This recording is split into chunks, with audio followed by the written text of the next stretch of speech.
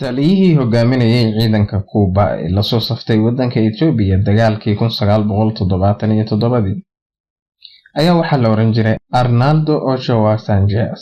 Waxa uu ka mid ahaa generaaladii ciidamada Kuuba ugu sarreeyay, laakiin ninkaas ayaa dowladda Kuuba ku xukuntay dil toogasho ah iyadoo ninkaasi dishay 13 Julaay 1989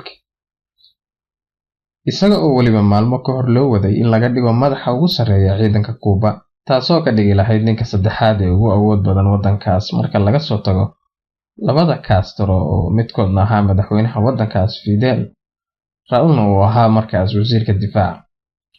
Haddaba sidee buu ninkaasi muddo yar gudaheedu ugu dhacday arrintan? Arnaldo ayaa waxa uu ka mid ahaa dadkii la soo dagaalamay Castro markii ay rabeen inay xilka ka tuuraan kaligii taliyihii Kuuba haystay ee la oran jiray Batista. Sanadii 1965 ayaa waxa uu ka mid noqday xisbigii Shuuciyadda ee awoodda waddankaas haystay, isagoo tababaro loogu diray waddankii Soviet.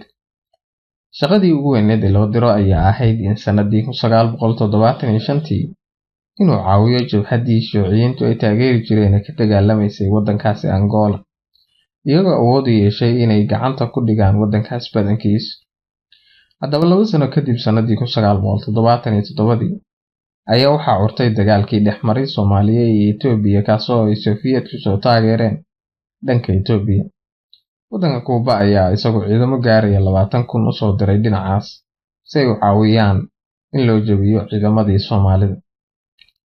Ciidamadaas Kuubaanka ayaa waxaa hogaamiye looga dhigay Arnaldo Sanchez. Sanadii 1984 ayaa waxa uu Fidel ugu yeeray Ochoa geesigii kacaanka oo uu siiyey naanaystaas maadaama uu dagaalo badan u soo galay waddanka.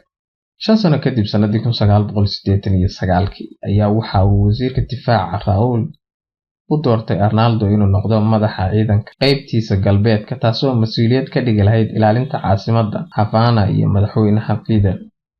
Shaqadiisa goortii loo dhiibi lahaa ayaa waxaa soo shaabaxday in ciidamadiisa qayb ka mid ah ay ku sifeeyeen inuu ahaa nin musuqmaasuq weyn samayn jiray, isagoo ilkaha maroodiga mukhaadaraadka iyo waxyaalo kale oo badan ka ganacsan jiray, iyo inuu xiriir la lahaa dad mukhaadaraadka ka keena Colombia.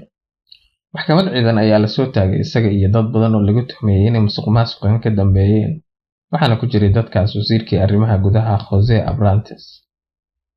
Maxkamaddii ayaa ku heshay dambiyadii lagu soo oogay iyada oo ku sifaysay Arnaldo inuu noqday nin waddanka khiyaanay, sidaa darteedna uu u mutaysan karo in lagu fuliyo dil toogasho. Maxkamadda ayaa ninkaasi ku xukuntay dil toogasho saq dhexe habeenkii ay bishu ahayd 13 Julaay sanadii 1989 ayaa waxaa lagu dhex toogtay saldhig ciidan oo ku yaalay caasimadda agteeda.